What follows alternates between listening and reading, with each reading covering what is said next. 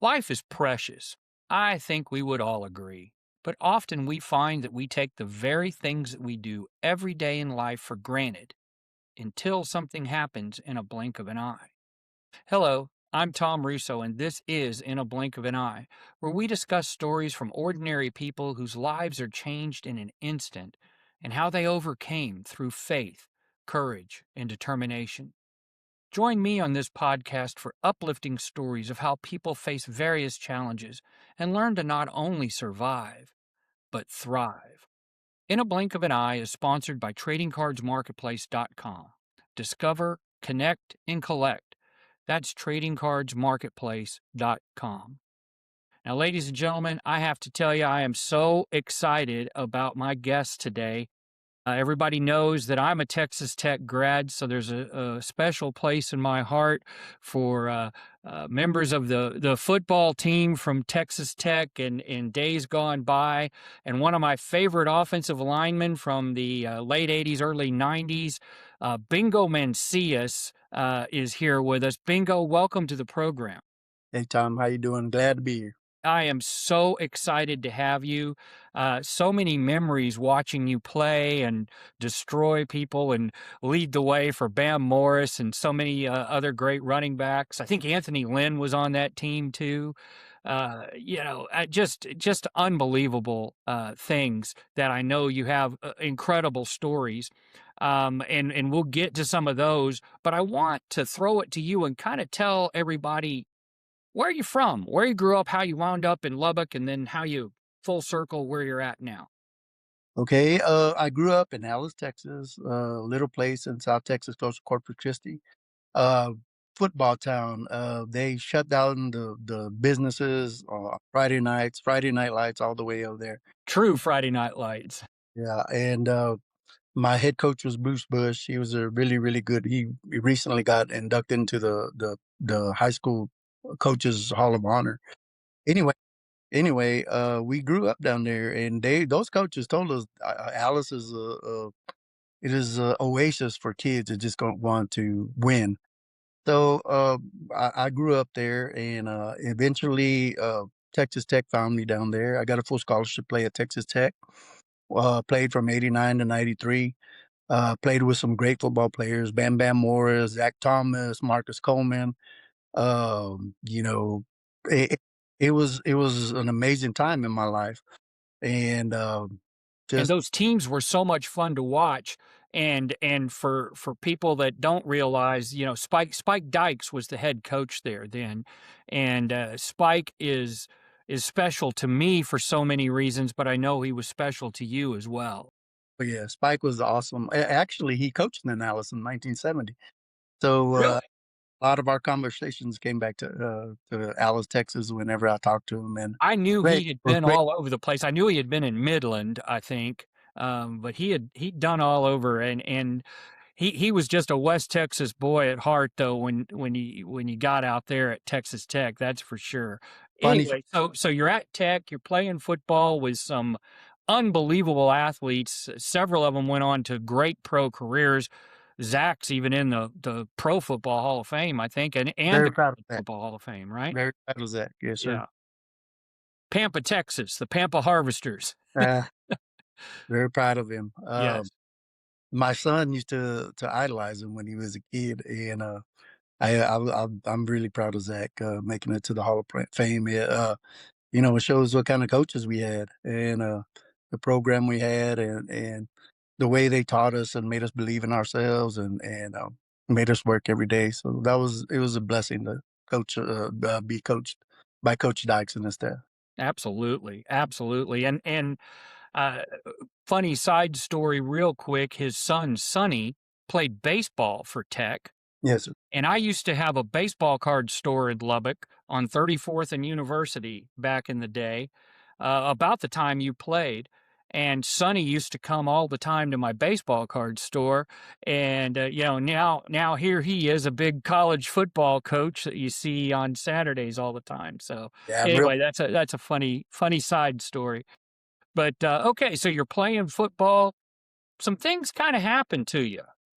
maybe your last year there and as you graduated and kind of moved forward? You really wanted to play pro football, but that Yes, didn't quite happen, right? yes, sir. I wanted to play with all my heart, but, I had a son when I was a junior. It was a blessing. I love my kid.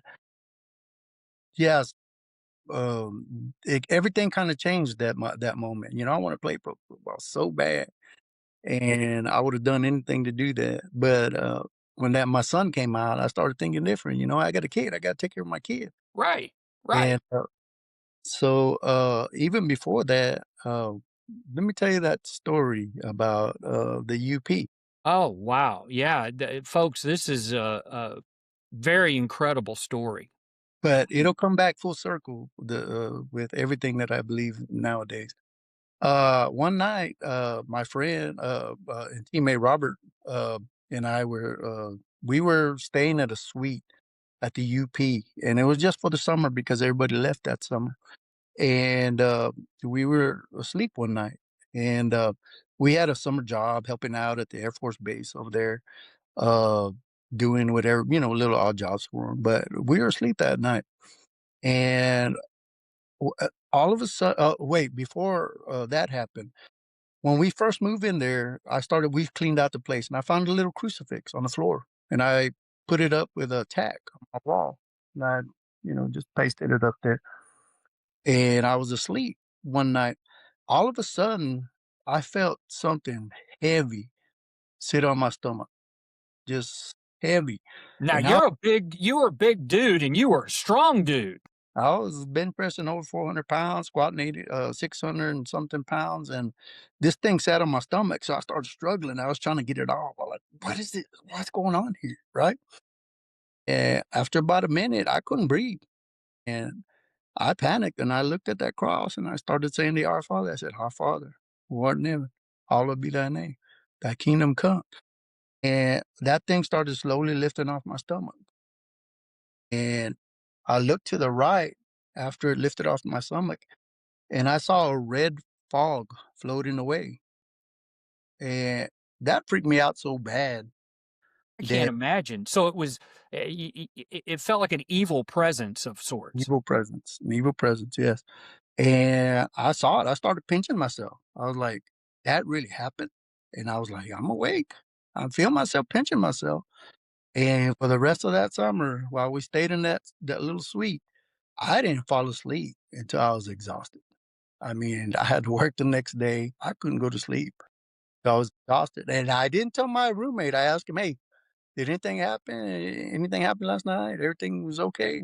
He didn't say anything, so I wasn't gonna scare him. I didn't say anything about it. But that is the first time I ever knew in my life that is a world that we don't know anything about. That you hear it in the Bible, you hear the stories and all that stuff, and a lot of people, if you never experienced it, it's hard to believe. I experienced it, and that was the first time I ever knew there's Well, some I understand. I've had some similar experiences, not evil, but more on the good side where God has talked to me, and you have to be careful who you share those stories with because sometimes they look at you funny, but I don't care. I know what I saw, and you know what you saw. Yes, sir. I know what I saw. And then after that, I finished off my career at Tech, went back to my hometown in Alice and started coaching down there. And everything was great. I had another daughter when I was down there. So I had my son and my daughter and my ex. And at that time, everything was good. And I You had a remember pretty good relationship at the time with your wife at the time, right? yes, sir. Yes, sir. And I remember saying, "Man, my life's been so easy." I don't think God wants us to have an easy life. I think he wants struggles in our life to make us grow, to make us probably depend on him because right now I depend on him a lot and I'm not ashamed to say it.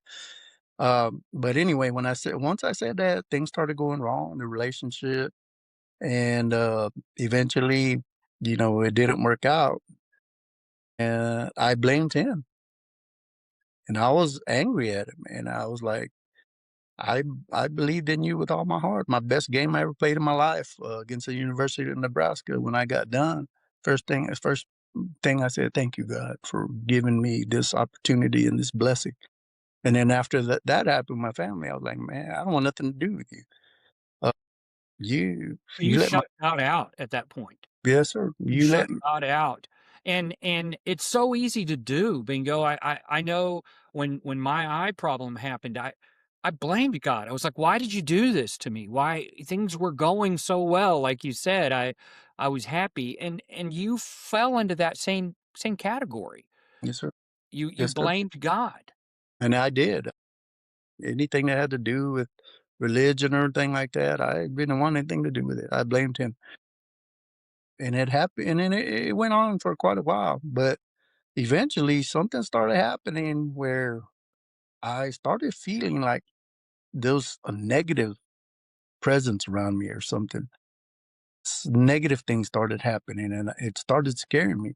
Little by little, little things were happening, and I started thinking, "Hey, you know, what's going on?" I'll start. And during this time, you were doing some kind of self-destructive behavior, Yeah, probably some alcohol and things like that. drinking a lot, going out in clubs and things like that. Yes, I was doing self-destructive behavior, and eventually things started happening that I was like, "Hey, what's going on here?" And it started subtle little things, and it started getting bigger and bigger. And then it all came to a head one night. I got home and I parked in my parking spot. I was living in an apartment at the time, and I looked to the left, and I saw a dark hooded figure looking at me. And I stared at that thing for 30 minutes. I was rubbing my eyes to make sure that I was seeing what I was seeing. And it was standing there, but you could feel this presence. No, I could see a dark. I saw a figure looking, and it was looking at me, and I was like, I was like, Really? You there?" And I looked at it for 30 minutes, and after that 30 minutes, I turned to my ignition and turned off the key. I looked back and it was gone. But like I said, I had already felt something was going on, something negative. And then when I saw that, I said, "Whew, I think I need to start changing something around." So about that same time, I moved over here. My dad was in Meadville, Texas, and it's like a little ranch town. There's not a lot of roads or anything out there.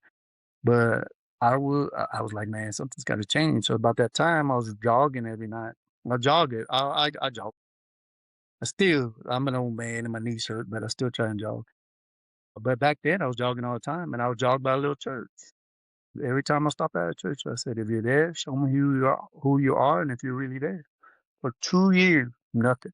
I ain't see anything, and I just kept doing it. "Hey, if you're there, show me who you are, and if you're really there." And after those 2 years, things started happening. At the right times when I needed something good to happen, they started happening, and it happened too often to be coincidence. It wasn't. I know that was the first time that I started seeing God come into my life and start making things happening for me. Good works were happening for you They at were that hap time. at the right time. There's no coincidence with God. I can tell you all kinds of stories even now at this time that there's no coincidence when it comes to God. It might be his timing. Like I said, 2 years. Yeah. I was sitting here. It's not in our time. You're exactly right. That's something that I hope all listeners understand. It's not in the time that we want it.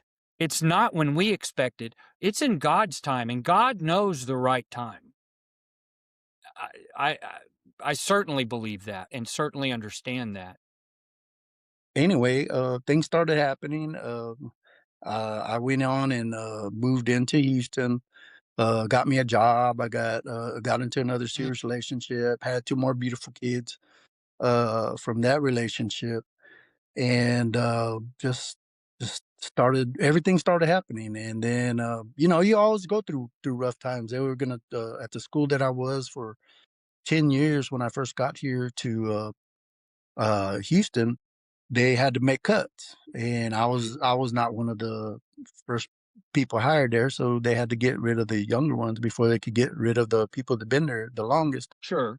And at that time, my son was at, Cy Springs High School. Okay. I had a friend named Robert Sosa, from Alice, and, he started telling me, "Hey, there's a job open over here, apply." So I started applying over there, and just like usual, whenever I needed it the most, the Lord came through. So I got to coach my son at Cy Springs High School, and my daughter. My Outstanding. daughter was a volleyball player there, so I got to see a bunch of her, games there, And uh, those are memories that you have forever. forever. I got to I got to coach my son, and I got to see a bunch of my daughter's games. Anyway, I was there, the last 15 years, and with my 2 daughters that I had, in this relationship, I'm not gonna lie, my relationships haven't been the greatest, but my kids mean the world to me, and I did everything in my power to be around them and be a good influence to them. And, anyway, my brother was watching my mom in San Antonio, and he passed away. And, so eventually, you know, there was nobody could take care of her down there, so I moved her up here with me. She was with me. And my daughters, I said, "Okay, okay, I gotta work, I gotta do what I gotta do." And, uh, I started, doing working, and they started watching her and I was paying them to watch her, to take care of her and all that stuff. And so they took care of her while I went to work and all that stuff, but their mom got a job offer in Oklahoma, and she for really good money, I mean, really good money, and she has family down there, and they're politically connected and all that stuff, and I was like, "Hey," and she eventually came up to me and said, "Hey, we're thinking about moving to Oklahoma," and I said, "Okay," and my good daughters wanted to move with her, and I have no problem with that. They can go down there and have political connections and get good jobs and all. I had no problem with that. So, but about that same time, I was starting to worry. I was like, "Hey, what? I got still got to find help for my mom." I thought I had to work till 59 years old, and so I was like, "Man, I got to find somebody to help my mom when they're gone." Well, I started asking about retirement to some of my teacher friends and stuff, and they start telling me, "No, go look it up. Go to Once tech you have TR." 5 years in Texas, you can retire. I did. I only had 6 years and I retired. Well, let me tell you the whole story. I didn't know. I thought, my old way of thinking and hearing stories and all that stuff. I thought I had to work to 59 and a half before I retired. So I was like, okay, well, I still got some time to go. They say, well, go look in the TRS, start investigating. So went to go into TRS and investigating. And I was a tier 2 teacher, and I was like, "What is a tier 2 teacher?" And they said, "You don't have a retirement age. You can retire whenever you need to." I was like, "Really?" And you can retire with full benefits from I didn't TR. get that. I don't get that, but No, I understand. you can retire with full benefits from TRS after 25 years, and I had 28 years. I like, "Okay." I said, "Okay." So then I said, "Okay, one more semester." Um, at 54 years old, I retired, and my daughters moved to Oklahoma, and I got to take over the duties of taking care of my mom. And like I said, I don't believe that's coincidence. Everything happened at the right time. Everything. I mean, it'd been another 6 months, then I would have had to keep them here, to just helping me out while their mom. No, everything worked out. They took off for their mom. It all went right in a row. It all went the way God intended it to be. And it's not over yet. Okay, so I started watching her, and then at that time, shoot, TRS, you might not get rich being a teacher, but when you retire, especially, with, Full Cypher, benefits. Yeah. they give you bonuses. I got some money for, I hardly ever missed a day, and they gave me some good money for that, and they gave me some good money for just retiring and, all the everything that was built up. So at that time, we started looking for a house, and I said, "Okay, I wanna be around here. They have good hospitals. They have good doctors around here. I wanna be around here, and have my mom, just be right next to them. Like today, we went to the doctor, and, they got us in and out, and it was awesome. Uh, but I was like, "Okay, so I want a place around here." So I started looking, and I started, I there was a friend of mine, from Alice. She is a realtor here, summer houseman, and, I got in contact with her, said, "We're looking for a house." Okay. So we started looking. I was researching, she was researching. We're trying to come up with a good game plan, to get a house. And I had a budget. I said, "This is the budget I want because my mom's 88 years old. When she passes away, I don't want to have to go back to work just to pay for my house and for my living." I said I want to get a place, where when she passes away, that I could still afford, and if I want to go back to work, I can go back to work. If not, then I'm still be able to afford the bill. So I had a budget, and I said, "Hey, let's look for a house in this budget." So we started looking. We started looking. Finally, I found one, and it was a 1970 house, and it was in our budget. And I was like, "Okay, this is a nice house. I like it. Might have to do a little bit of fixing up or something like that." But uh, but I like it. And I said, "Okay, put a bid." So she put a bid, and somebody beat us to that bid. And I was like, and she said, "Oh, that's okay. Sometimes they fall through and they don't work out. So just be patient. And if they fall through, we'll get the house." Man, I was having dreams of that house, negative dreams about that house. And I've been in there one time to look at it. And I say, "Hey, you know what? Let's put a bid on this." I liked it. Those negative dreams. And I've been there one time. I was having vivid images of that house and negative things coming, like there was something negative in there. And I was like, "Why am I having these dreams?" I even told Summer. It freaked me out. I said, Summer, I'm having negative dreams about this place." And it ended up that the person that beat us to the bid, they ended up getting the house. So I was glad about that. And then I was like, "Okay, was just this some type of anxiety I'm having about getting a house or what?" Okay, I said, "Okay, well, at this budget, we're not getting the house that I want. So I'm gonna raise it a little bit. I think I can afford it. So I'm gonna raise it a little bit." I raised it and I said, we'll pay this. This is what we can pay and still be okay."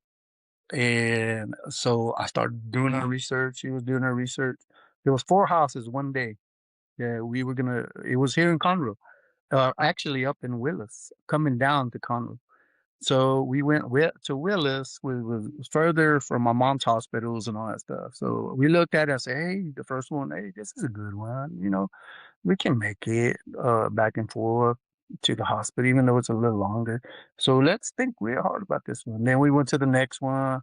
It was nice. We went to the next one. It was nice. The last one, the last one, I said, "Okay, let's go check this one out."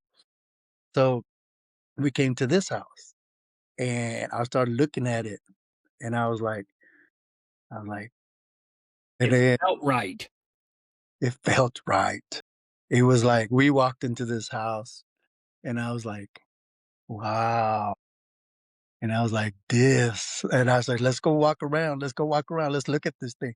Because she was real good at the eye for detail, telling me what was wrong with it, what needed work, what didn't, and all that stuff. So we started looking around, and I was going, "Don't tell me there's nothing wrong. Please tell me there's nothing wrong. Please tell me there's nothing wrong." And she kept saying, "Hey, there's little things, but this is a nice house." And I was like, "I think so too." I said, "Put a bid right now. Put a bid." She put that bid, and it was we're the first person to bid. Like the other one that we bid on with the second, so we had to wait. No, we're the first one to put a bid on this house. Just the way it is, the budget that I wanted and everything. We put the bid on the house. Um, so the bid went through, and we were the first in line. I don't know, for whatever reason, I'm not a expert in real estate, but everything started getting delayed, delayed, delayed, delayed, delayed. Let it go, let it go, let it go through, let it go through. Eventually, it went through, man. I love this house that we're living in. It's a home. It's a home. It's what I wanted. I had no bad dreams. I had no bad dreams whenever, we were waiting on, everything to happen. Some delays happened, and then she kept telling me, "Well, the company's doing this. It's delayed." I was like, "Come on, come on, come on. I want this house." Eventually, it went through. We got this house. It's not brand new. It's a 2019, but it's a beautiful house, and I love this place. And I thank God for all the gifts in my life. Like I said, maybe it didn't happen. Maybe all the stuff didn't happen at the right time. Maybe I didn't get what I wanted, but I couldn't be happier with this house. And I'm here taking care of my mama. She's 88 years old. I'm doing the best I can to take care of her. We still have And that is so admirable to be able to take care of your mom. I mean, that's a good feeling. I'm blessed. My dad is still alive. He lives in the Houston area, and he's still very, very healthy and still, gosh, he still professionally bowls. He bowls in the PBA. Yeah, isn't that cool? He's 83 years old and goes out there and does that. It's fantastic. I'm really proud of him. And he is uh so self-sufficient, but I know that I'm here for him. We have a spot for him in our house if he ever gets to a point where he needs to be here. So I know what you're talking about. And that's so admirable, Bingo. That to me talks about what a good man you are. And that comes from in here and from the glory of God. It really does. I It appreciate really does. it. And, yes, and now that I'm retired, uh, I am reading the Bible a lot more, doing taking my mom to church. I'm trying to do, the best I can, and trying to pursue the dreams that I have in the future. I am not done yet. I'm That's it's an unfinished story. You're still working, you're still building your dreams. I know you and I talked off camera about something that you're really passionate about that hopefully I can help you start working on, and I'm excited about that opportunity for you too. Well, if you can believe it, we've already talked for 30 minutes. I try to keep these around 30 minutes long. Um, I want to end with some Spike stories because there's so many great ones. I'm going to share one, and then I want you to share one. My favorite Spike Dyke story was I would go to the Red Raider Club luncheons every week during the football season, and Spike loved to eat. Spike loved to eat. And he would come through, and they usually were like a buffet type thing, right? And he'd walk through, and this was a big hall, and there were seats and people all over the place. And he'd pile stuff up on his plate. I mean, it would be this high, you know. And then he'd go and he'd start going like this, looking around. You could just picture him doing this. He's looking around, and then he spots me, and he goes, Dom! And in a big old booming voice, and he walks over. He says, I'm so glad you're here. He said, I want to sit by you. And he sits down, and he's like, I can't sit by all these other guys. You help me out. And he loved talking to me. And then he sees me looking at his plate. Now I eat a lot too, but he had 3 times the food that I had on and he sees me looking at it, and he goes, now don't you be telling Sharon how much I'm eating here now. I could just hear him boom with that laughter. He was so full of life, and that's just one of my fond memories of him. Tell me a great Spike story from when you played for him. Well, this is not when I played for him. This is funny though. Whenever, he passed away, all right, we went to his funeral, and Mac Brown was one of the speakers at his funeral. And he said, while Spike was, barely making it, he was on oxygen and all stuff. They went to go play golf. They went to go out and play golf, right? So he said, He said they were playing their golf and all this because Spike was getting winded. Spike said, uh, Max said, "Hey, Spike," he said, "you know, if you, if you, pass out and fall out and all that stuff, I'm gonna have to give you mouth to mouth resuscitation." Spike looked at him and said, "I'd rather die." That's Spike in and of a nutshell, isn't it? I tell you what. Oh my lord. Oh gosh, yeah, I love it.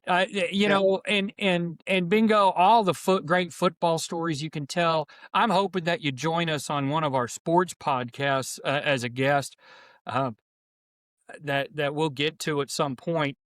I Yes, sir. want to end it here. Let me wrap it up real quick, and then I want you to hang on to the line, and we'll talk off camera a little bit. Okay? Oh, sounds If good. you like hearing uplifting stories like Bingo's of overcoming challenges in life, click the like and subscribe button below. Please click the like and subscribe button. That helps me continue to share the word and to spread the word. Perhaps you have a story of your own to share: an accident, sudden loss, PTSD, alcohol, drug abuse, a natural disaster, illnesses, and you would like to share that journey of overcoming through your faith journey. Please contact me at the email shown below for consideration for a future podcast interview. I rely on viewers like you to share their stories. Thanks again to TradingCardsMarketplace.com for their continued sponsorship to bring these great stories to all of us. TradingCardsMarketplace.com. Discover, connect, collect. Awaken the collector in you. I want to thank everyone out there, especially my family, our military, veterans, and first responders who put their lives on the line every single day. And please, don't forget our teachers like Bingo and me, and our medical professionals who all make the world better one person at a time. But most of all, thank God for all the blessings in our world. We just need to make sure that we concentrate on them every single day. Until next time, my friends, carpe diem, seize the day. And